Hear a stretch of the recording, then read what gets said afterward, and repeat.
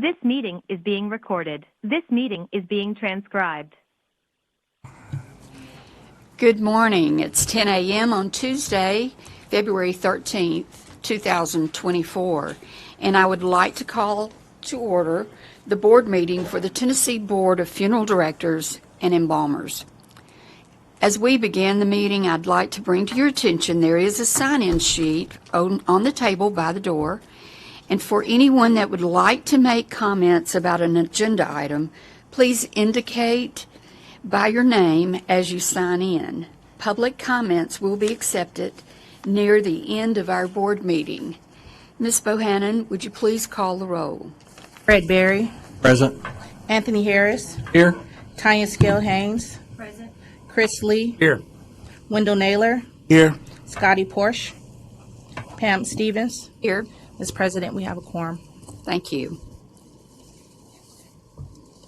At this time, we'd like to adopt the agenda, and I'd like to hear a motion from the floor. So move. So moved by Mr. Harris. Do I hear a second? Second. Second by Mr. Lee. Any discussion about the agenda before we call for the vote? All in favor signify by saying aye. Aye. Any opposed? Okay, our agenda is approved, and before we get into the full meat of the agenda, I'd like to say a special thanks again to Anthony Harris for your leadership in your role as president in 2023. Also, Tanya Scales and Fred Berry. Their replacement will be forthcoming, but we appreciate you serving. You may be here for a little bit longer, but each meeting that you're here, we do want to say thank you for your leadership. We want to welcome all that's in attendance this morning and those that are joining us remotely. Thank you for participating. At this time, you did receive your minutes via our package that's sent to us. We'll take just a minute to review, and then after reviewing, if someone could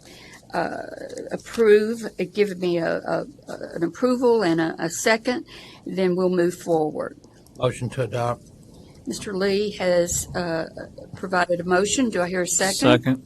Second by Mr. Harris. Is there any discussion about the minutes from December 23? We'll take a vote by signifying aye for agreeing. Can you, all in favor say aye? Aye. Any opposed? Okay. The minutes have been approved as submitted for the December 12th, 2023 minutes. At this time, we'd like to turn the agenda over to Mr. Troy Bryant, who is our general counsel, for our legal report. Troy? Good morning, board members. The first complaint is complaint number 2023-06-5121. An anonymous complainant named a specific decedent that respondent had purportedly handled in August of 2021. Complainant alleged that respondent, quote, failed to do and submitted a death certificate to the Tennessee Department of Vital Records as discovered by a legal investigator from a state agency, end quote. Complainant provided no additional information or documentation to support their claim. Complainant also listed their name as, quote, not an organization, end quote, and they're addressed as, quote, not public info. Respondent stated that during midsummer in 2023, they received a call from a woman who would not provide her name or any information requesting a death certificate for the decedent mentioned in the complaint. Respondent stated that they inquired as to who this individual was and were only told, quote, a family member. Respondent added that they are certain they didn't work with this individual during the arrangement process because the family still owes respondent additional funds for services. Respondent stated that the caller refused to clarify her relation to the decedent and began demanding information from the decedent's file. Respondent replied that they were unable to provide that information as the decedent had a living wife and child and that she would need to contact them to provide approval for her to receive the requested information. Based on the above, complainant has provided no evidence to support their assertion that respondent violated applicable rules or statutes. Therefore, we would recommend closure. Make a motion to accept council's recommendation of closure. Anonymous complaints are hard enough to follow up on, with all the other work that we have to do. There's a motion by Mr. Lee, a second by Mr. Harris. Is that correct? Any discussion? All in favor of the recommendation of legal signify by saying aye. Aye. Any opposed? Thank you, Mr. Bryant. Next, we have complaint numbers 2023-059641 and 2023-059671. Complaint number 2023-059671 was referred to the department from the Division of Consumer Affairs from the Attorney General's office. It is verbatim and identical to complaint number 2023-059641 that was filed directly with the department.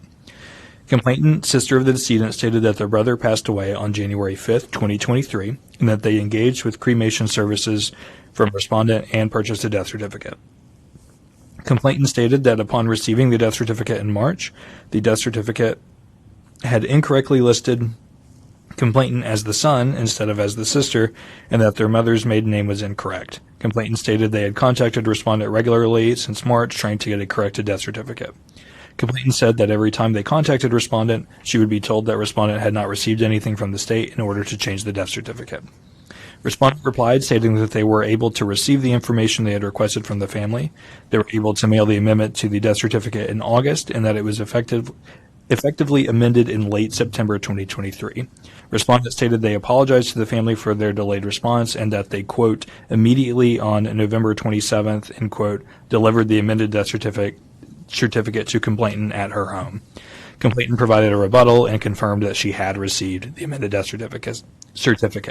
Based on the above, respondent delayed 2 months after receiving the amended death certificate before returning it to the family. A quick note, a little bit of a quirk here. Complaint number 2023-059671, the case that was referred from the Attorney General's office, listed respondent with a different license number. After review, respondent has 2 separate establishments, each with their own establishment license and separate locations for these establishments.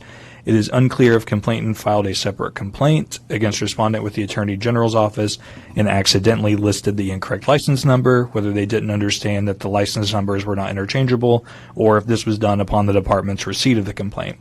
In either event, through respondent's reply, it appears that the first complaint filed with the department is the appropriate location and license number. Therefore, legal would recommend closure on the second complaint, as that license number does not coincide with the allegations of this complaint, but recommend a $500 civil penalty for complaint number 2023-059641. Mr. Bryant, do both of these need to be voted on individually? I would, just to be safe. Okay, let's talk about the first one ending with 9641. Make a motion that we approve legal's recommendation on the 202-3059-641. Second. I apologize. That's I okay. thought you was done. There's a approval by motion by Mr. Berry and a second by Mr. Lee. Is there any discussion on this particular one? This is in line with what we've had in the past, because by the timeline, it took them 5 months to do an amendment here. That seems quite long, in my opinion.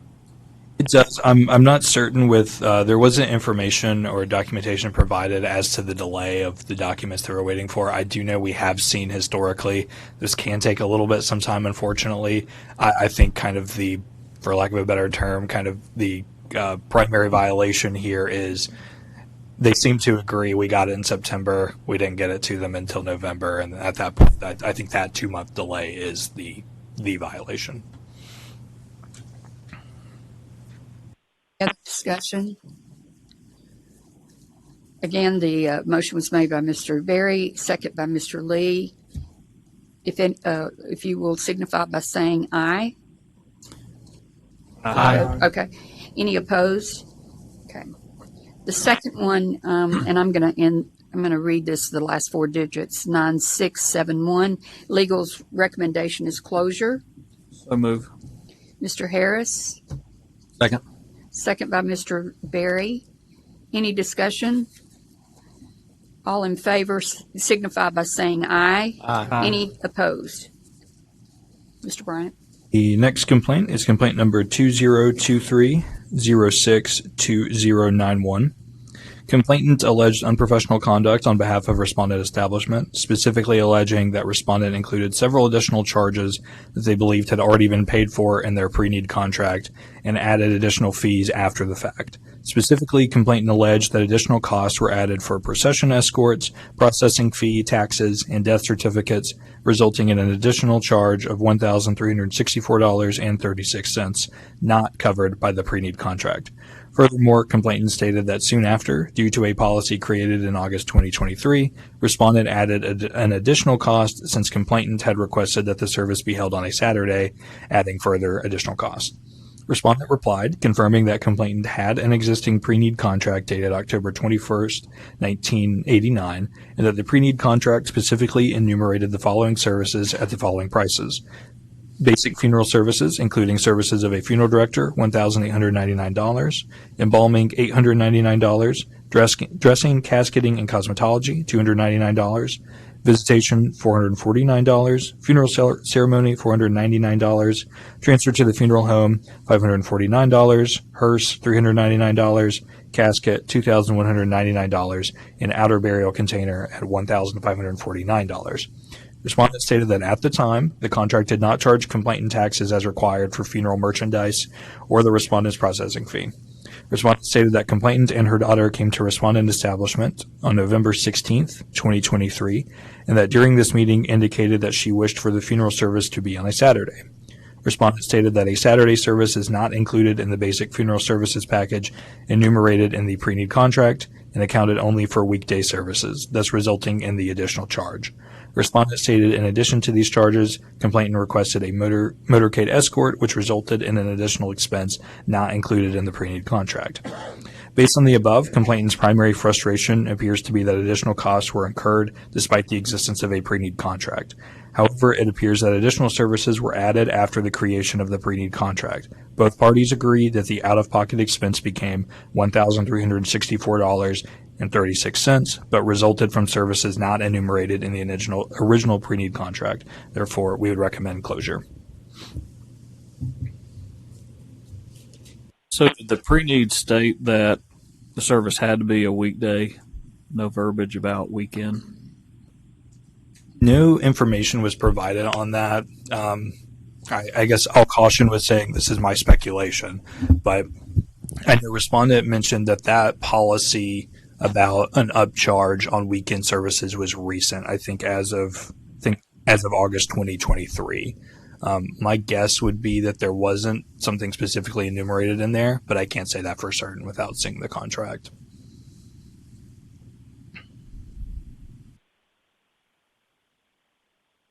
Make a accurate decision on this. We would need to know what the contract said and if it was stated on the contract. If not, then I think they were out of line in charging the extra fee. So I don't know if we can go back and request the contract. I'm more than happy to reach out to the respondent and request that. I'd like to make that motion then that we request the contract to see the verbiage and have it reappear, please. Motion by Mr. Harris. Second. Second by Mr. Naylor. Motion is to table this, and you'll get back with us at our next meeting. Is that correct? Or as soon as you can? Yes, on this? correct. Okay.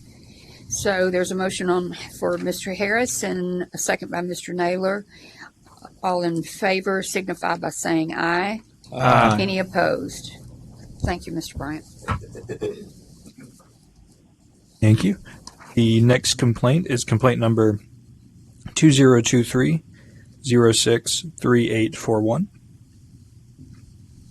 Complainant stated that they called respondent to make funeral arrangements on September 2nd, 2023, and that the decedent's wishes were, quote, to be cremated followed by a quick, simple, and private veteran's interment, end quote, and that these wishes were made known to respondent. Complainant stated they paid in full upon making the initial arrangements. Complainant stated that they were told by a funeral director at respondent establishment that it may be difficult to perform cremation over the weekend due to obtaining the death certificate, and that it may be the following week before it could be performed. Complainant stated they understood this and that their only request was for a private viewing for their daughter and two of the grandsons. Complainant stated that respondent honored these wishes. However, complainant stated that they remained, quote, on call for the entire week of September 4, waiting for the funeral director to let them know the decedent's cremains should be ready for the VA burial. Complainant stated they did not receive any call, and that by September 8, 2023, complainant called the director. Complainant stated that the funeral director said that someone was picking the decedent's cremains later that day, and that arrangements had not yet been made for the VA internment. Complainant contended that they communicated to respondent that arrangements needed to be made because out-of-town family would need to leave the following week. Complainant stated at the end of this conversation, the funeral director stated the remains would be delivered to the cemetery at 8:30 a.m. on September 11, 2023. Complainant alleges that on the day of the funeral, they called respondent establishment for directions and claims that they were hung up on and that only one daughter, grandson, and herself were able to be present at the VA cemetery and that they were, quote, denied the chance to attend the VA internment. Complainant stated that on September 13th, 2023, she received an itemized breakdown of charges and alleges that since this was paid for on September 2nd, 2023, she should have been provided at the time of execution. Respondent replied, agreeing that complainant had made funeral arrangements on Saturday, September 2nd, 2023, and that she was given a copy of the funeral purchase contract at that time.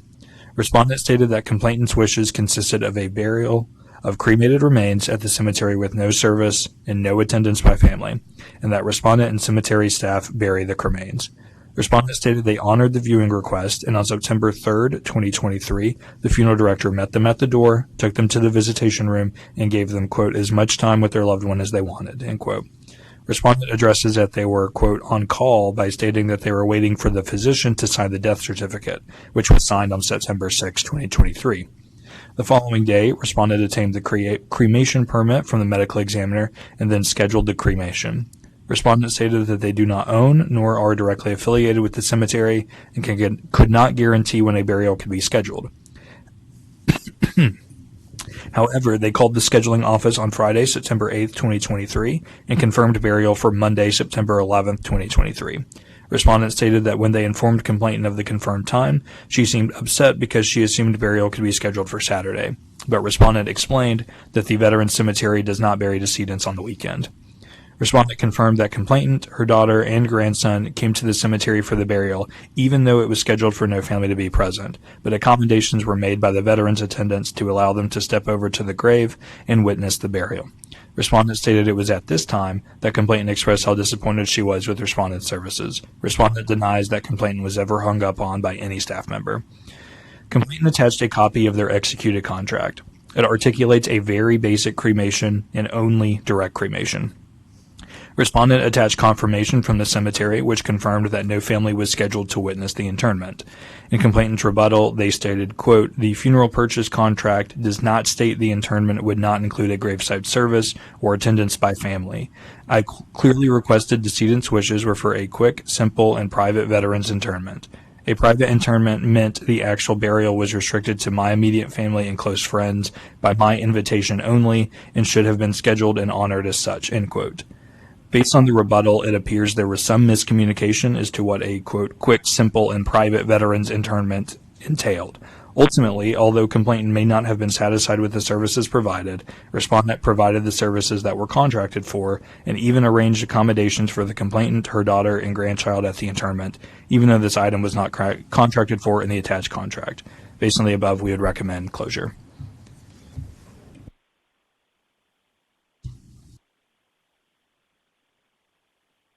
Yes, a comment I have is if there was discussion about a service, almost regardless of whether it's on a contract or not, if there was discussion and the arranger alluded to the fact that they would honor that, even though there's not a charge for it, seems like, they should have followed through with that. Definitely seems like some miscommunication here. After further discussion, I think I might make a motion for a letter of warning versus closure. And just to maybe hopefully add some clarity, and again, this is a little bit of my speculation just from the information that's attached. So respondent made, I think what they envisioned let me get the exact quote here. a quick, simple, and private veterans internment to be in their rebuttal. I do not know for certain what degree those exact wishes were directly communicated. I absolutely agree with your point that if in that conversation expressing wishes is, I want immediate family to be there, kind of getting into detail, that makes sense to me. I'm not sure whether that's what that conversation entailed at the beginning in the arrangement conference, or whether to be cremated followed by a quick, simple, private veterans internment. And that's where the miscommunication occurred, that complainant thought that was sufficient to get their point across, and respondent misinterpreted that as just kind of your basic direct cremation with no service. But again, without knowing, I guess, specifically what was discussed in that meeting, it's hard to say, but I kind of pick up from the language used, and with complainant getting more specific in the rebuttal and not the initial complaint, that that conversation was maybe a little more limited in the beginning. I can maybe see the miscommunication dealing with state veteran cemeteries. You know, we arrive, we go to the little chapel area, they have the service, and my experience, this is always a private interment. Family's not even allowed there. I wondered if she was thinking that she would get to go to the actual graveside and see the burial, when in his mind he knew that the service would be in the little chapel there, and then that would end. Yeah, I mean, it's a good question. A lot of what ifs. Good question. I think in this day and time, it behooves all of us as arrangers to go through all the options and make sure a family, clearly declines our assistance at the graveside, or whether it be in a building. Some of the state vet cemeteries have buildings that you have the service, and then the urn is taken out. So I still think I'm going to make a motion that I just feel like the letter of warning that that need to be probably more clear. And they certainly didn't defend and said that these things were discussed and that the family chose not to have us involved. Family could have clearly have taken the urn or the ashes on their own and had a service and had a private service without the involvement of the funeral home. But in the write-up, it doesn't say they clearly stated any of that. So I'm going to make a motion for a letter of warning. Second that motion. Motion by Mr. Berry, a second by Mr. Harris, regarding instead of closure, that there be a letter of warning. The letter of warning, I'll add that it needs to talk about the clarity and clarification of communication to that family. All in favor, please signify by saying aye. Aye. Any opposed?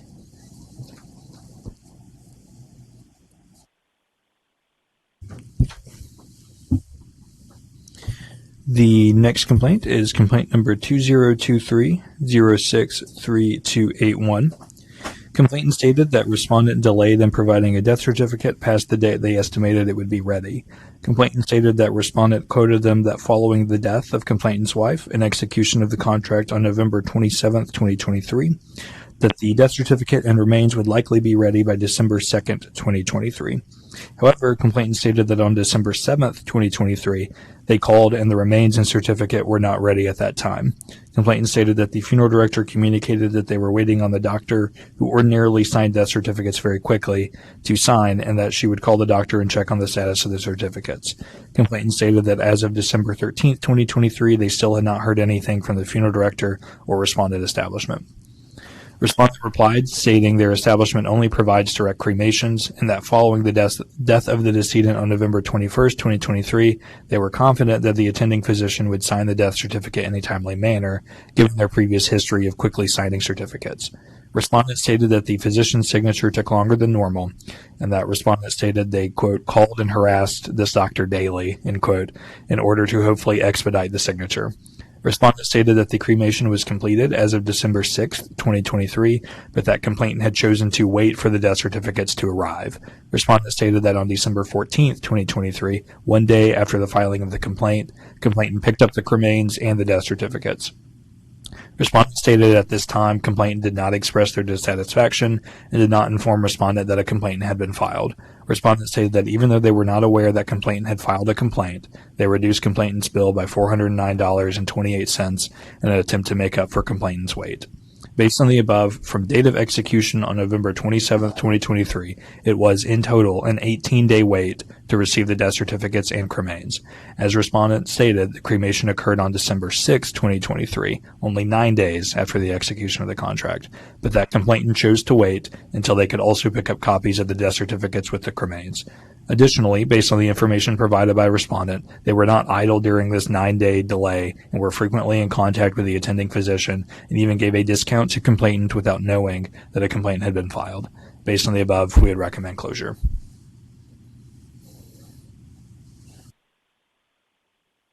Make a motion to approve council's recommendation of closure. Second. Motion by Mr. Berry and a second by Mr. Lee to accept legal's recommendation of closure. All those in favor signify by saying aye. Aye. Any opposed? The next complaint is complaint number 2023-065711. Complainant alleged unprofessional conduct on behalf of respondent, claiming that they were originally quoted $995 for a basic cremation and ultimately paid $1,800. Complainant alleged a bait and switch regarding pricing and stated that they ultimately had to travel to a funeral home in Mississippi to pick up the decedent rather than a Tennessee location. So, respondent establishment is not a licensed funeral establishment in Tennessee. Respondent establishment is not a business with a brick and mortar location in Tennessee. In fact, Respondent Establishment is an online-only service that contracts with brick-and-mortar licensees within each respective state for funeral services. Based on the information provided, complainant is a resident of Alabama. Respondent has no presence in Tennessee other than a website that may be accessed in the state and contracted with a Mississippi establishment to handle the contract. However, this respondent has recently had an order entered against them from the Federal Trade Commission regarding similar practices. Legal and administration have reached out to complainant and offered references as to who she can contact on behalf of their complaint and may receive remedy from the appropriate federal commission who has jurisdiction. So we would recommend closure since there are other agencies out there that are far better equipped to handle this particular matter. This by chance is not the same scenario we had just a couple of months ago, is it? It is not. No.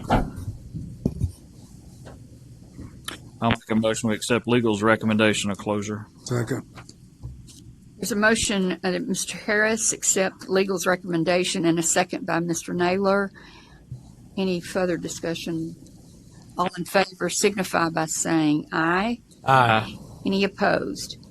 I'd like to explain to those that are listening remotely or watching remotely, you probably saw a surprise on our face. They are cleaning the windows outside of this meeting. So if you hear some noise, that's what it is.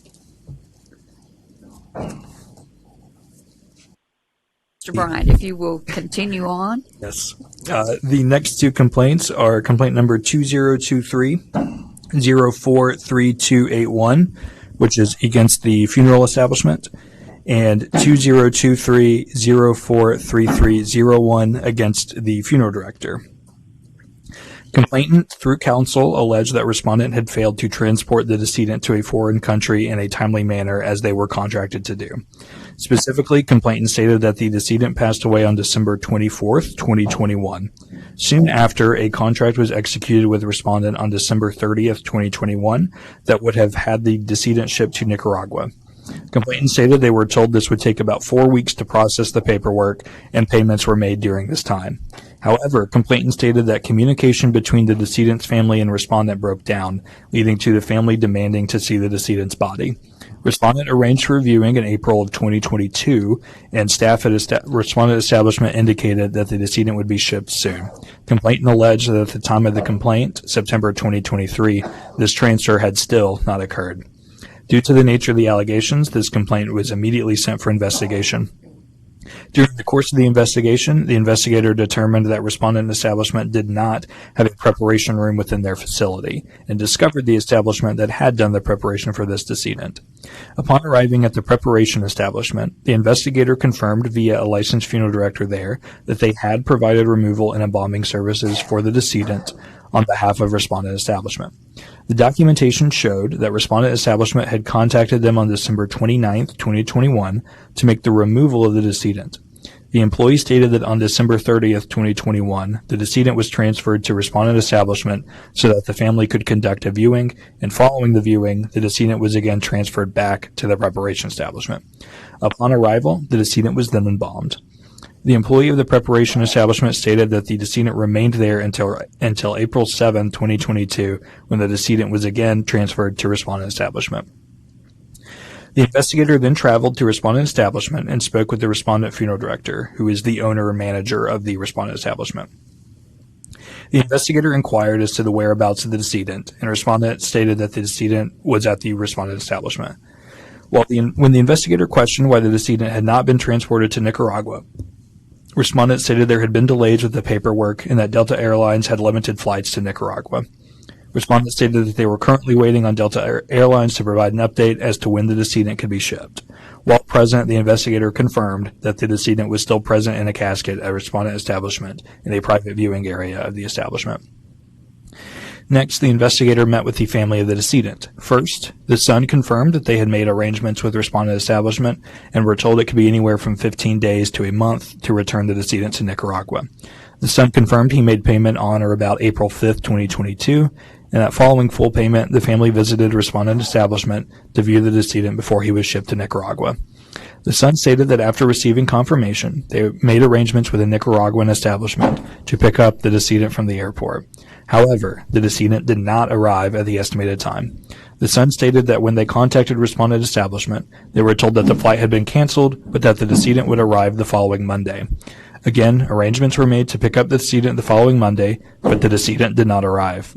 The son stated that after several phone calls, he finally made contact with the respondent, and the respondent informed him that the decedent would be shipped next Wednesday. Again, however, arrangements were made to pick up the decedent in Nicaragua, and the decedent did not arrive.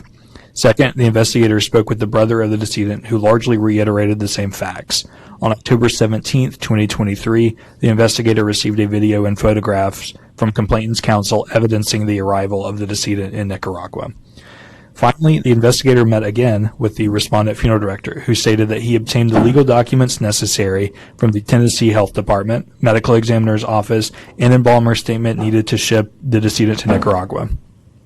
Respondent stated that after obtaining these documents, he sent them to the state of Tennessee for completion in August of 2022. Respondent stated that the airlines continued having problems with flights to Nicaragua and several flights had been canceled.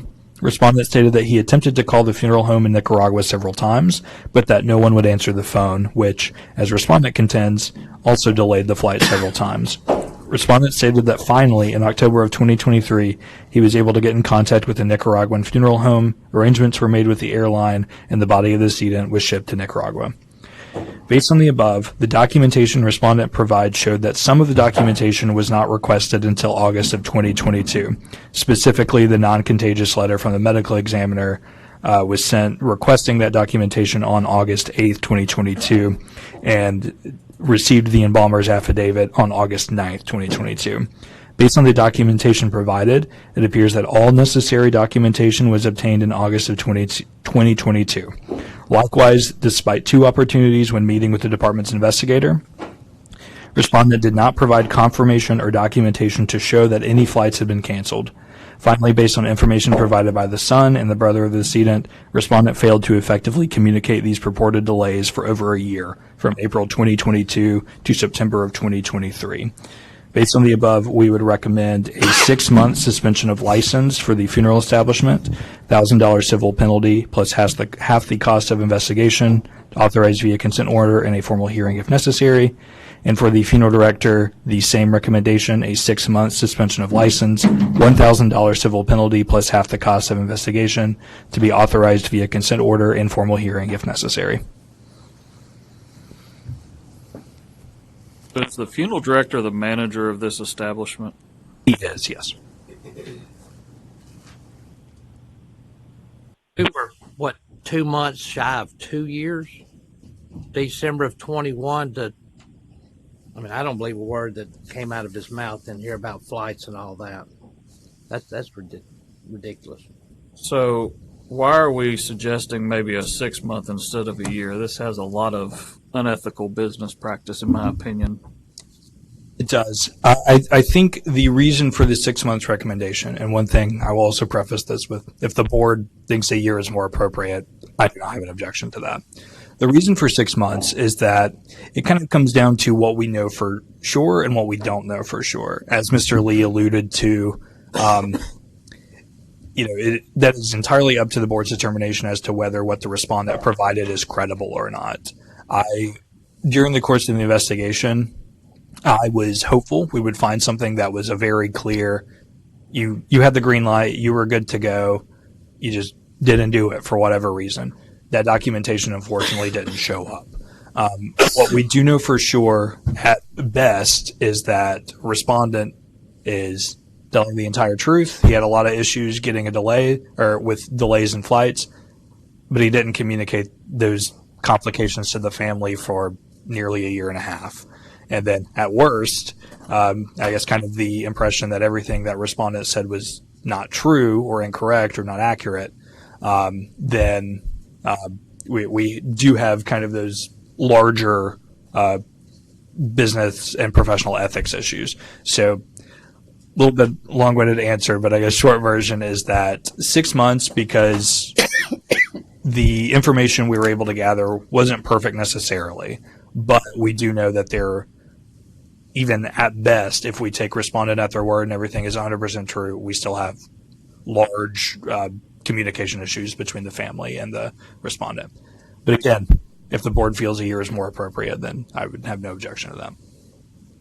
My question, the first thing that popped in my radar was it took them 6 days to get the removal done from December 24th to December 30th. Is that correct? And then the timeline and not having a prep room, or they kept the casket there for, am I right by saying 17 months or longer than that? I believe 4, from December of 21 to April of 22. Let me double check. Where was the decedent from April of 22 to October of 23? At the respondent establishment. He stayed at the establishment. Okay. I read it. But it went back to the respondent who does not have a prep room. Is that correct? Correct. My understanding of the timeline is that the respondent establishment gets the decedent. They don't have a prep room, so it goes to this preparation establishment, we'll call it. The family wanted to have a viewing of the decedent, so it goes back to the respondent establishment. And then the complainant's family gets a little worried because they haven't heard anything in a little while. It's been prepped, it's been embalmed at that point at the preparation establishment. So then in April of 2022, it goes back to respondent establishment, having been prepped by that period. And then it remained up and until October of 2023 when it was shipped. Mr. Brown, I got a question, but so did you receive anything where, and what I'm looking at, they did not even attempt to get any documents until like August of 2022? That's what it appeared. We received the documentations. It's a little difficult to say in the sense of they provided the documents that they had received. Many of those were dated early August. One thing I did see in what was received is, I know part of international shipping and things like that, you have to get a letter of non-contagion. And the respondent had written his letter requesting that letter August 8th. and I believe received the letter saying you're good to go August 9th or 10th. He got it very shortly after, but that's one that we can point to directly that letter was not sent until August. I'm sure we've all done these, Yeah. and typically you can have them shipped in a month. Those letters you can usually have in a week. So 8 months, that to me is ridiculous. Plus, if you're having problems with Delta, you know, you will want to have all your documents ready. So when Delta say we can ship, then we got all our stuff. You have all your stuff ready. So Also sounds like would you agree they lied to the family 3 times saying they were going to be here at a certain date and wasn't? That's one that's it's difficult to say in the sense. What we do know for sure is that the family is saying that they communicated to them directly, he's going to be there this day. And then I don't know if they followed up, didn't follow up before, tried to check in and say, hey, you said before it would be next Wednesday, that's tomorrow, are we still good? I don't know if that communication happened.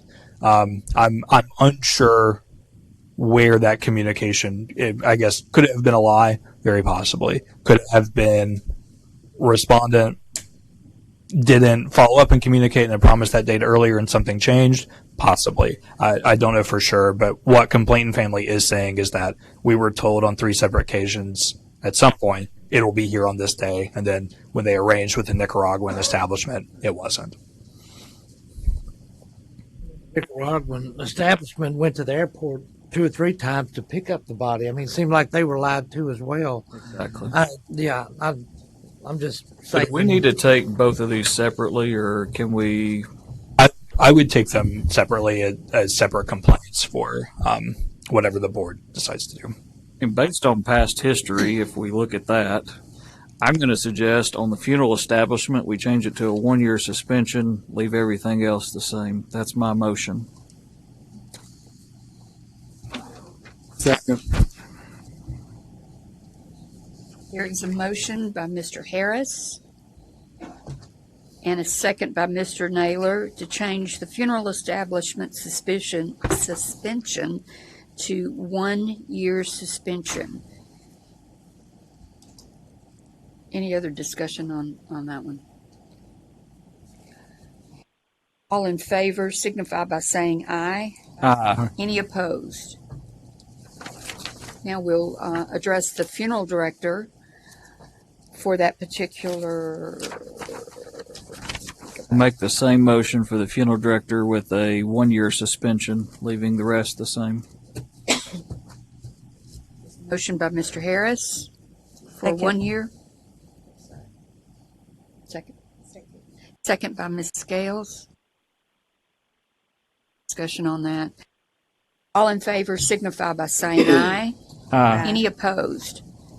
Mr. Bryant, if you would, instead of a 6 month to 1 year on both funeral establishment and the funeral director. Yes, absolutely. And the next complaint is complaint number 2023043331. This complaint was open in tandem with the 2 preceding complaints. After the course of the investigation, the investigator found no evidence to suggest that this respondent was involved in the set of facts and circumstances in any capacity, so we would recommend closure for that. Motion to accept council's recommendation of closure. Second. Motion by Mr. Lee and a second by Mr. Harris. Any other discussion? You will signify by saying aye. Aye. Any opposed? The next complaints are complaint number 2023-056011 for the funeral establishment, 2023-055991 for the funeral director, and 2023-053881 for embalmer. And I will make clear, it is the same individual, the same respondent for 12 and 13. That's just their funeral director's license and then their embalmer's license as well. Complainant, son of the decedent, stated that on October 13th, 2023, they had a funeral for their father in Kentucky. Complainant stated that initially they did not notice any issue at the service as they, quote, thought the decedent looked like he did 6 years ago. My mom thought they fixed his ear and everything was finished, end quote. However, complainant stated that on October 19th, 2023, they received a phone call from the funeral director in Kentucky and asked him to come to the establishment. Complainant stated that the Kentucky funeral director explained that the decedent was not their father and that their father was at a Tennessee establishment. Complainant explained he was told that respondent establishment, upon their pickup to embalm the decedent, had mixed his father up with another decedent. Complainant provided that, by the time of the complaint, respondent establishment was already exchanging the decedents. Respondent, funeral director, embalmer, responded stating that respondent establishment received 2 death calls, one a trade call for the Kentucky establishment and one for the respondent establishment. Respondent admits that the remains were mistakenly tagged and misidentified. Respondent explained that for the Kentucky establishment, what they believed to be the correct decedent was delivered to the Kentucky establishment on October 10th, 2023, with an open casket visitation to take place on October 13th, 2023, and the funeral and burial to follow immediately afterwards. Respondent stated that the wife of 60 years, 4 sons, grandchildren, and neighbors all viewed the decedent without any question regarding identity, and thus they were never made aware of their mistake. Meanwhile, the other decedent remained at respondent establishment with a viewing scheduled for October 18th, 2023. During this viewing, after several minutes, one of the family members inquired about the decedent's missing part of his ear, and also provided that the decedent didn't look like their grandfather. Respondent said following this, they discovered that the incorrect decedent had been inadvertently delivered earlier to the Kentucky establishment. Respondent stated they were completely transparent with the family they were servicing and disclosed that a mistake had occurred. Respondent stated they worked diligently with the Kentucky establishment to correct the mistake. Respondent provided that the decedent was disinterred on October 20th, 2023, and that the decedents were both returned to the correct establishments. Respondent provides that this exchange occurred within 48 hours of discovering the mistake. Respondent stated that they offered on more than one occasion for the Kentucky establishment to send respondent the charges for the services provided so they could pay the financial obligations for the Kentucky family. Respondent stated that as of the day of their response, November 6, 2023, they had not received that invoice. Likewise, respondent stated they offered the family they were servicing a new suit, casket, and covered all the financial obligations that would have been incurred by the family. Respondent further stated that they have reviewed their policy and procedure for identification and have developed a more stringent policy, and again, respondent admitted that they made a mistake and worked diligently and quickly to resolve the problem. Based on the above, complainant has provided no information that would implicate respondent's embalming license. Regarding respondent's funeral director's license, although a mistake was made, respondent made efforts to rectify the mistake as soon as it was brought to their attention, including but not limited to cover the cost of services for both decedents. While this does not erase the fact that a mistake was made, it does provide a mitigating factor to correct the mistake as soon as respondent discovered it. So, based on the above, we would recommend a $750 civil penalty for the funeral establishment, authorized via consent order and formal hearing if necessary, and we would recommend closure for the complaint against the funeral director's license and the embalmer's license. I will also preface with this, of course, we'll answer any questions you all have. This was a difficult one to kind of balance and weigh, that you all will have infinitely more experience with this than I do. But, you know, mistakes do happen, and it seemed like they did everything they could to fix it. And it doesn't erase that it happened, and I think that's contemplated in the recommendation for the civil penalty against the establishment. But it seemed very apparent that they owned up to the mistake they made and did everything they could to make it right.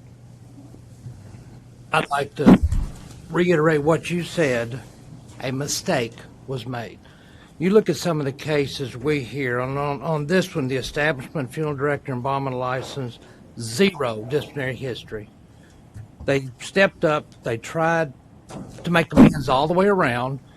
And when you have a family doing 2 visitations and they immediately didn't know, you know, but they have taken new measures and one thing I will add, I don't know that it changes anything necessarily, but I think it provides context, is that obviously these respondents didn't work directly with that Kentucky family. They had to go through that establishment.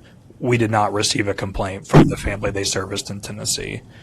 So the family that they worked with could contact directly, and they tried to make it right with the Kentucky family as well, in the only way that they could, but we have not received anything from that Tennessee family, to my knowledge. Before I make a motion, I'll allow the others to ask any questions or.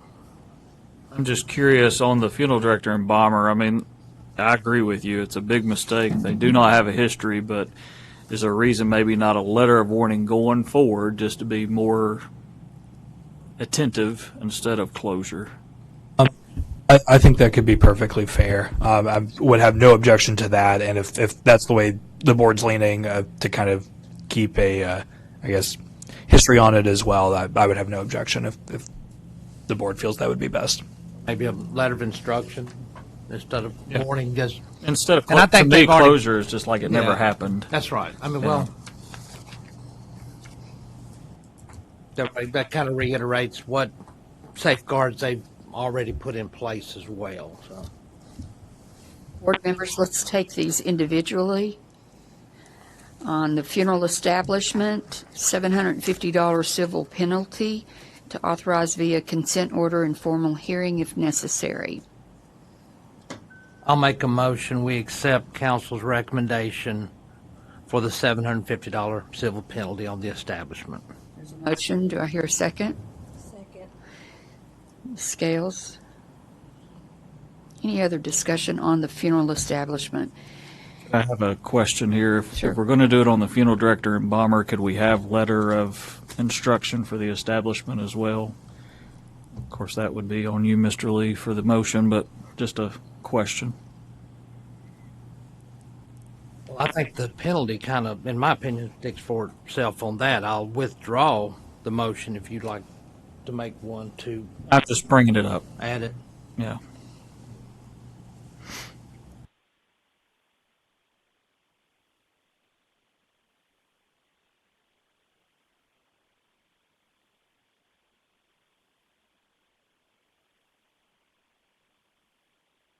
Sorry. I think the penalty speaks volumes, and I think that a letter of instruction would not be necessary. They're going to very much know what the penalty is and what they did.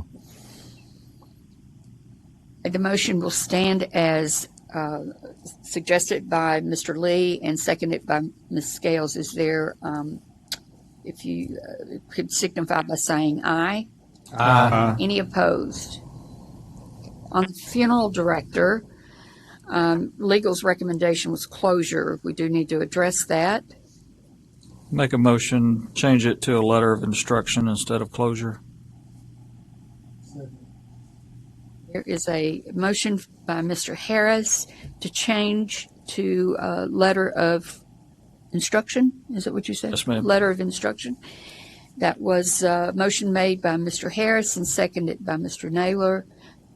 Any other discussion on that? If not, could you signify by saying aye? Any opposed? Okay, on the embalmer, Same motion, changing letter of instruction, please. for the embalmer, legal's recommendation was closure. The board is suggesting by Mr. Harris a letter of instruction. Do I hear a second? Second. Ms. Scales, second. So there's a motion by Mr. Harris and a second by Ms. Scales. Any other discussion on that? If not, signify by saying aye. Aye. Any opposed? Mr. Bryant. The last complaint is complaint number 2023-055391. This complaint was administratively opened prior to receiving the 3 preceding complaints. The action taken above regarding the respondent establishment is sufficient for purposes of the set of facts and circumstances, so we would recommend closure. It came to our knowledge, this situation, and we opened a complaint internally, and then we got one from the family. So, Motion to accept council's recommendation for closure. Second. Motion by Mr. Lee, second by Mr. Harris. Any other discussion on that? If not, if you would signify by saying aye. Aye. Any opposed? Okay. Mr. Mr. Bryant, as always, thank you for your expertise and moving us right along. Thank you.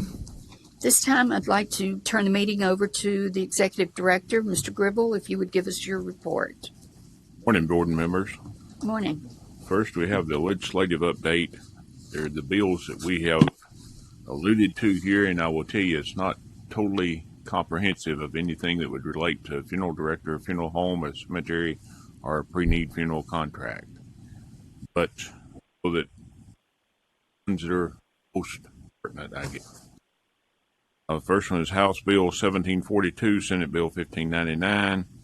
It has the sunset laws as introduced, extends the Board of Funeral Directors and Embalmers to June 30th, 2030. And as you recall, Ms. Stevens attended that meeting from the Government Ops Committee. So they made the recommendation, and now it's in the form of a bill before the General Assembly. House Bill 2097, Senate Bill 2588 has to do with advisory opinions. Boards and commissions, as introduced, requires the state regulatory boards within the Department of Commerce and insurance and state health related boards within the Department of Health to issue advisory opinions upon request. House Bill 2148, Senate Bill 2908, with insurance companies, agents, brokers, policies, as introduced, authorizes a funeral director or funeral establishment providing funeral services for a deceased person insured or believed to be insured under a contract of life insurance to request certain information about the life insurance contract. House Bill 1811, Senate Bill 2577, pre-need funeral contracts, as introduced, authorizes sellers of pre-need funeral contracts to keep the interest that accrues on the contract after payment is made for the merchandise and services set forth in the contracts. House Bill 2173, Senate Bill 2578, for professions and occupations, as introduced, revises provisions related to the special account in the general fund known as the pre-need funeral account, and deletes the indigent burial fund. House Bill 2440 and Senate Bill 2264, professions and occupations, as introduced, reduces from 75 to 60 days after the end of the pre-need seller's fiscal year, the time by which a pre-need seller and trustee must file an annual report with the Commissioner of Commerce and Insurance.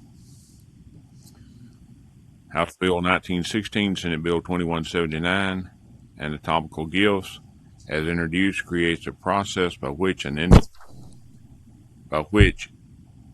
think that's probably a typo there. I think it probably should be an instead of an and. It's my mistake.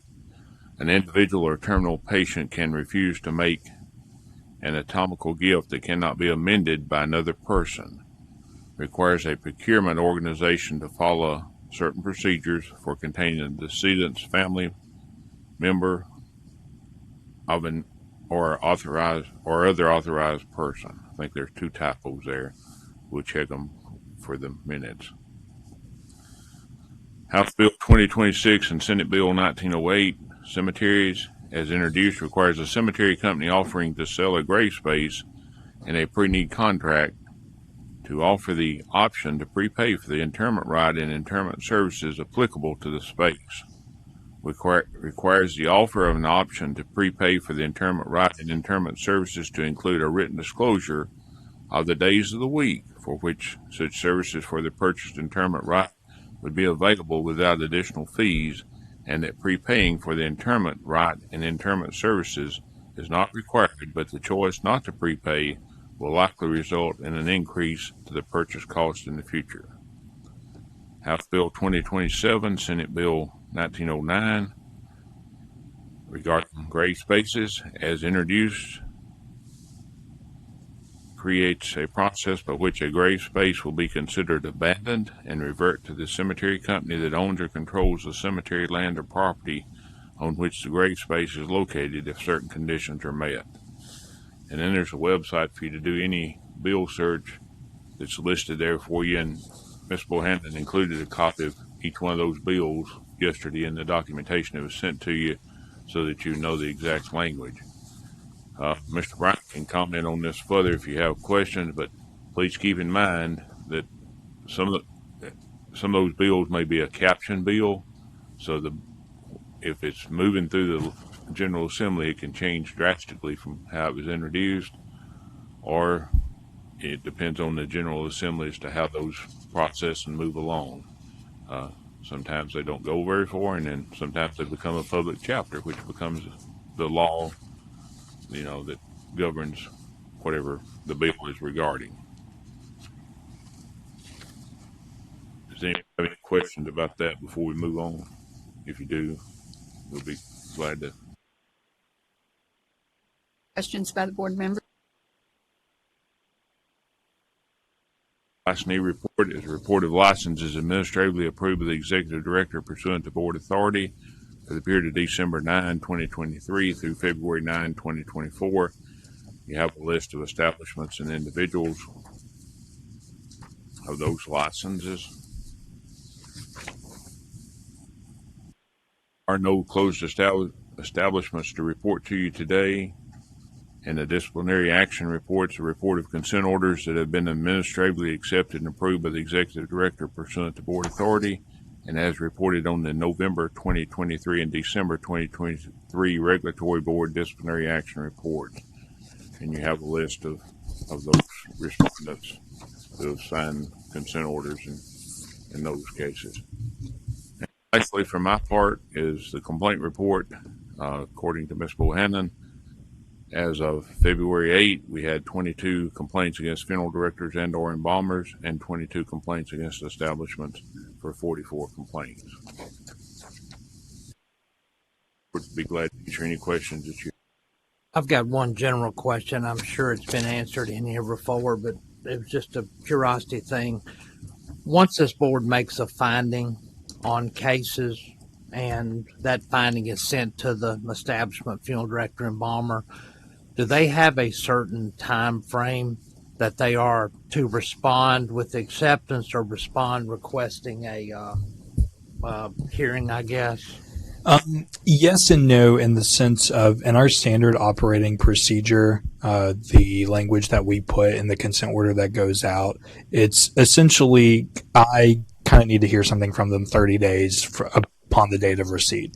Sometimes what happens is, especially if they have an attorney, that we can kind of talk about, if they have a question or a follow-up, sometimes that time does get, extended a little longer. But generally speaking, they have a time frame and a window with which they need to get back to me, whether that's a acceptance, a follow-up. I'm not going to sign it no matter what. But generally speaking, it does get to a certain point. If there's no response, that I guess that's brought back before the board, that there's no response or they didn't answer up. Correct. Okay. If a consent order is sent out and at the end of the day we don't get the signature or the civil penalty payment or whatever the board ultimately determines, then the next step is essentially just a hearing. Okay. Make a motion, we accept Mr. Gribble's executive director report. Second.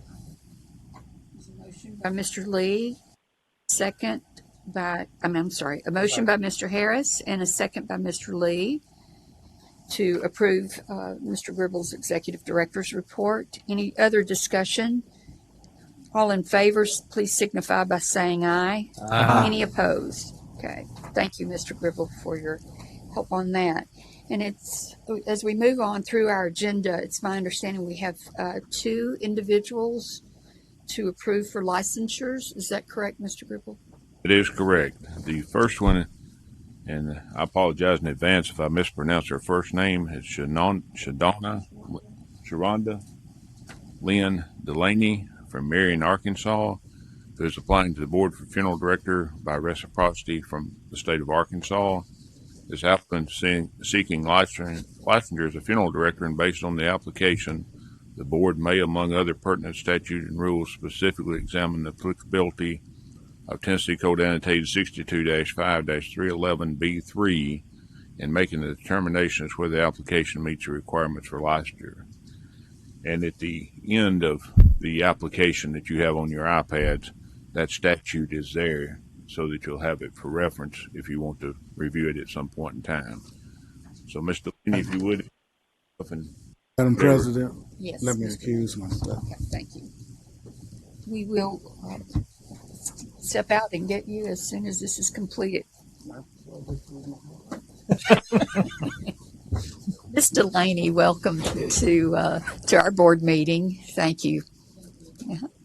Again, I am Sharonda Delaney, and I'm from Arkansas. I am licensed for the state of Arkansas, and I also serve as the State Association President for Arkansas. Just trying to pretty much get my license reciprocated to the state of Tennessee. And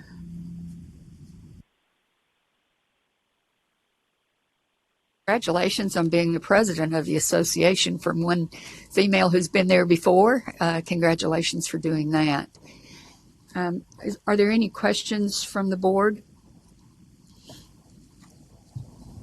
I guess my general question that's always to Mr. Gribble, Mr. Bryant, she's here for a reason before the board to get her license. Can you shed light as to what the holdup may be? as a board, let me remind the board that I can approve through your authority a normal general application. If it varies to any degree, I consult with Mr. Bryant, and then when it varies to a degree where there's discretion of the board, then I don't approve those, but those applications are brought before the board. So the requirement for a funeral director is to have 30 semester hours of education at the college accredited by the American Board of Funeral Service Education. Or if that requirement is not met, the other requirement is that they've been licensed in another state for a period of 5 years and been employed to practice that license, whether it be a funeral director and or embalmer license, at a funeral home there. So because the applicant doesn't have the 30 semester hours at a college accredited by the American Board of Funeral Service Education, but does have a Arkansas license and has a license that was obtained in 2018 in Arkansas, as I recall, that's the reason the application is before the board today.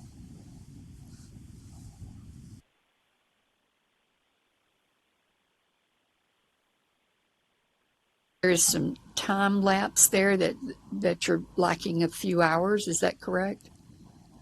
I think she meets the requirements of being licensed for 5 years. Okay. It's just that she doesn't have the education hours, but it's and or the way I read the law. So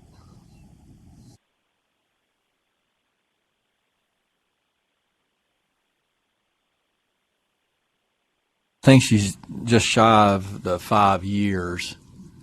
Very, very close. And licensed in 2018. I think if you look at the dates, Oh, did I? There's a lapse there. Is that correct? not a lapse. I think were you just shy, or did you complete a full 5 years of employment? completed a full 5 years Last year. I'm sorry. I was thinking it was just. It'll be 6 years, May 4th. 6 years, May 4th. Yes. That's okay. I want to ask a general question. What made you decide to be a funeral director? I wanted to follow into my aunt's footsteps. She used to actually take me around the funeral home when I was 7 years old. And so growing up and just being around the funeral home, that just kind of made me want to follow into her footsteps.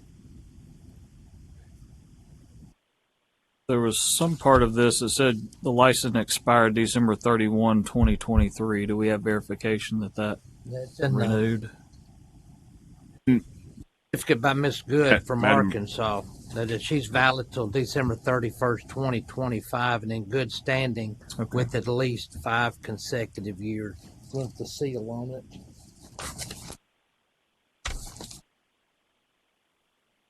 President, may I give the board some information? Sure.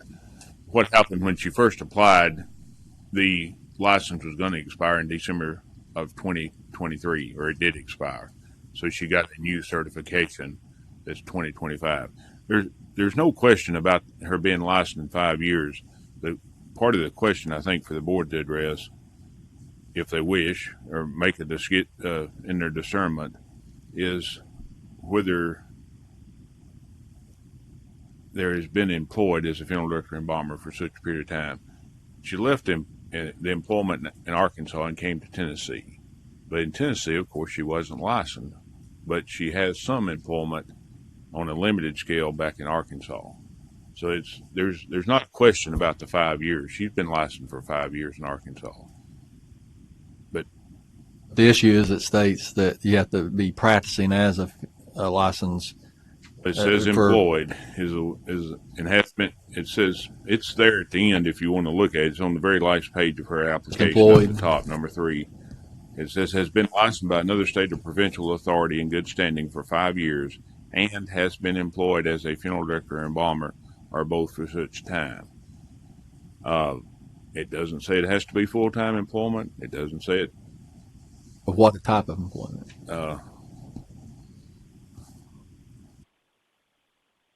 That leaves my area goes to Mr. Bryan. It does say on that, as Mr. Gribble said, very last page, subsection 3, that very first section, and has been employed as a funeral director or embalmer or both for such time. So I agree with Mr. Gribble's interpretation. It doesn't say full-time employment, Right. but it does identify that it's got to be funeral director, embalmer, or both.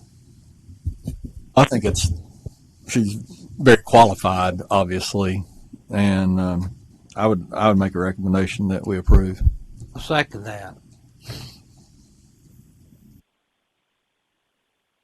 Recommendation that Ms. Delaney be approved to receive reciprocity in the state of Tennessee, that we make an exception. And that was led by Mr. Berry, seconded by Mr. Lee. Any other discussion? All in favor say aye. Aye. Any opposed? And Congratulations. And let's bring, and the crowd out there is happy for you too, those in attendance. Could someone let Mr. Naylor back in? I think Lisa's going. Yeah, Miss Bohannon, thank you. Thank you. Miss Delaney, you got a nice big hug back there. That's great. Should we wait for Mr. Naylor to get back in for our second one? Yeah.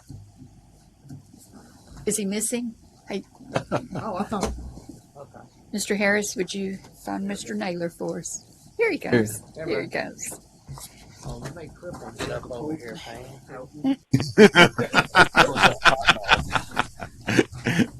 Mr. Naylor, we'd like to share with you that Ms. Delaney was approved, and thank you for stepping out and recusing yourself during that time frame.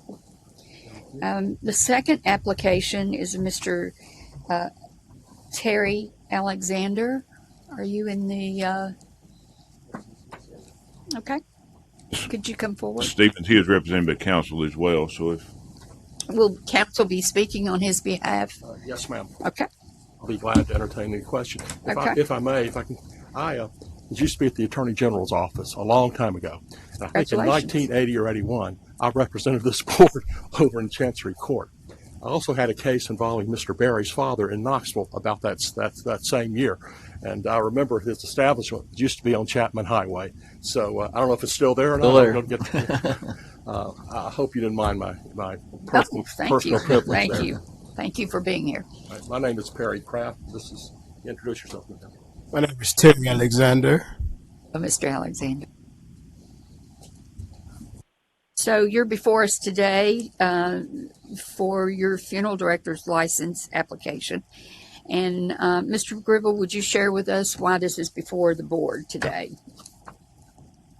hey, Mr. Alexander has appeared earlier before the board, and the board at that time in 2019 made a decision to deny his application, but the board also said that he could reapply within 1 year. And Mr. Alexander has applied last year and because of conflicts and schedules between he and his counsel, has not been able to appear at a board meeting until today. But he has fairly recently reapplied, and his application is before you today. And there are some changes and additions, that documentation supplements that he has that he did not have at that time.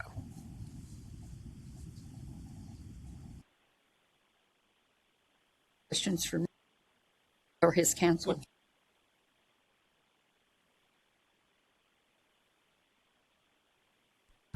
He had originally lost his license. Okay. He just applied for a license in 2019 or 18. And the board denied that request, and he is now reapplying with maybe updated documents he didn't have back then. That is correct. So this is an initial funeral director's application. It wasn't taken or suspended or anything. He was applying for it. That's correct. My understanding is that Mr. Alexander has never been licensed in the state of Tennessee as a funeral director or embalmer, and so he's never had a license revoked or suspended or anything of that nature. If I may. Yes, sir. Getting records from a long time ago, back to 1980, it's a job. I'll put it like that. And all the records are not complete. You have to go to the clerk's office and you get summaries. And we have labored mightily to try to get every piece of paper or electronic document we can, because that's what this board requires, and it should require it. I'd also let the board know that it's been about 20. There's been anything on this since then. He's a deacon in his church. He's the one who counts the money from the offering. He has turned his life around completely and shows the power of redemption and change. And at 71, I don't know of any two greater characteristics than redemption and change. And he's had an exemplary life. He hasn't changed the last 3 months. It's been about 20 years. He's raised 7 boys. I'm 71. They're all little boys to me. 7 sons. And he has been upstanding in his community and has respected. Had several people back here. Pastor of his church has friends. He has working with others. Testify for this board that he is a good person, he's an honest person, and he's well qualified. And I guess he is before the board because of that past. That's correct. And Mr. Alexander's previous application, my understanding is it was denied for the board by the board due to those previous criminal convictions.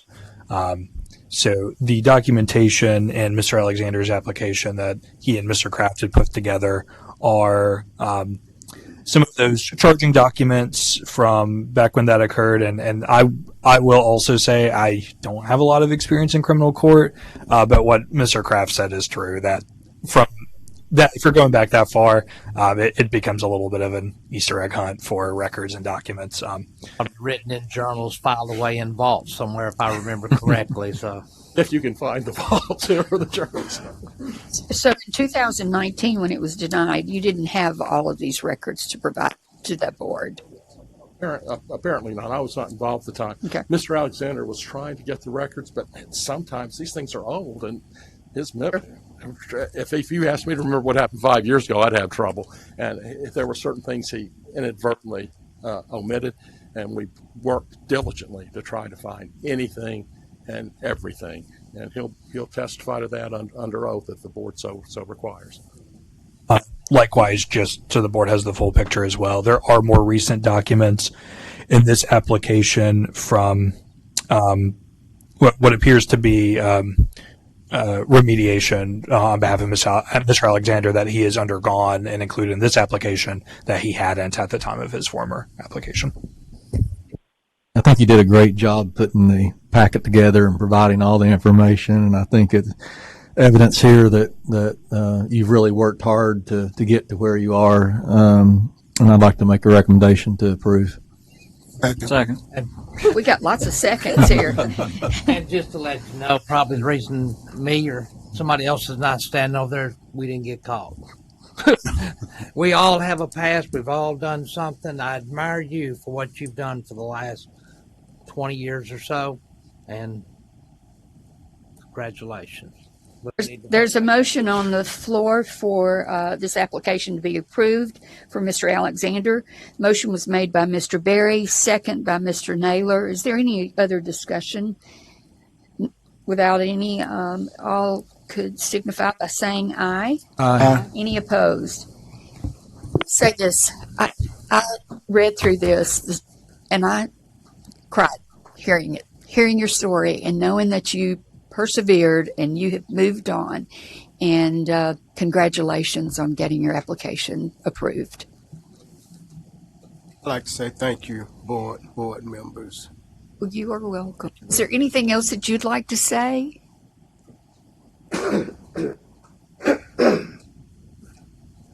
Excuse me. Yes, it has been a journey. I was here in 2019. And the board member, I really admire the board because I watch that video 2 or 3 times a year. And the president and just all of the board members, they gave me recommendations of things to do. They asked me certain questions and I was in denial. But when it boiled down to it, when I started saying, they kept saying, the truth. Not your state of mind of being in denial and what you think, but the truth. And so I really appreciate the board at that time and you guys today, because they really made me stronger and helped me a lot by making me figure out the truth. So I thank you all, and may God bless you. Thank you, and you as well. Thank you so much for your representation. To both applicants, we've made exceptions for your approval, and we are expecting great things out of both of you, Mr. Alexander and Mr. Delaney. Welcome to being a funeral director, and we appreciate you all being here. Thank you. It's important that you were here personally, and we really appreciate it. Thank you. Okay. We don't need to approve those, do we? No. We've They're already approved. Yeah. Motion to adjourn. Yeah. There's new business. That's Any new new business? Ms. Bohannon? Yes. Stevens and I have talked about this, but we probably need to communicate to the board. There's going to be construction in this room during the month of March, during the time we meet. Now, we can meet up on the 11th floor, or we can go to a different building. But in consultation with Mr. Stevens and with Mr. Bryant, if there's not a need to meet, that meeting will most likely be canceled. But if there's a business need for the board to meet, obviously we have a place and facilities available. But I guess, especially for Mr. Naylor, Ms. Stevens, and Mr. Lee, it probably won't, most likely will be canceled. And Mr. Harris and Mr. Berry and Ms. Haynes, there may be a replacement by then, I don't know. But if not, then we'll be back in April, not in March, but in April back in this building. And Mr. Porch, of course, he's out and won't be with us today. But that's just kind of the information. I mean, if there's a business need, we'll get back with Ms. Stevens and get it scheduled at another location in this building or another state building.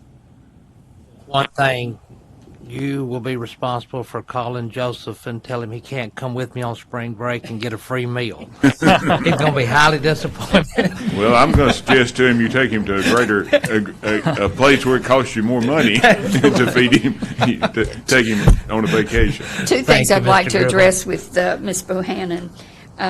One is I've known Miss Tanya forever, and I kept referring to you with your motions as Miss Scales, but could you correct me and put Miss Haynes, please? You knew what I was talking about, right? Were there any public comments that needed to be No, they're addressed? Okay. At this time, I will accept a motion to adjourn. So moved. Okay. And thank you all for being in attendance and supporting your applicants. We appreciate you being here. Thank you.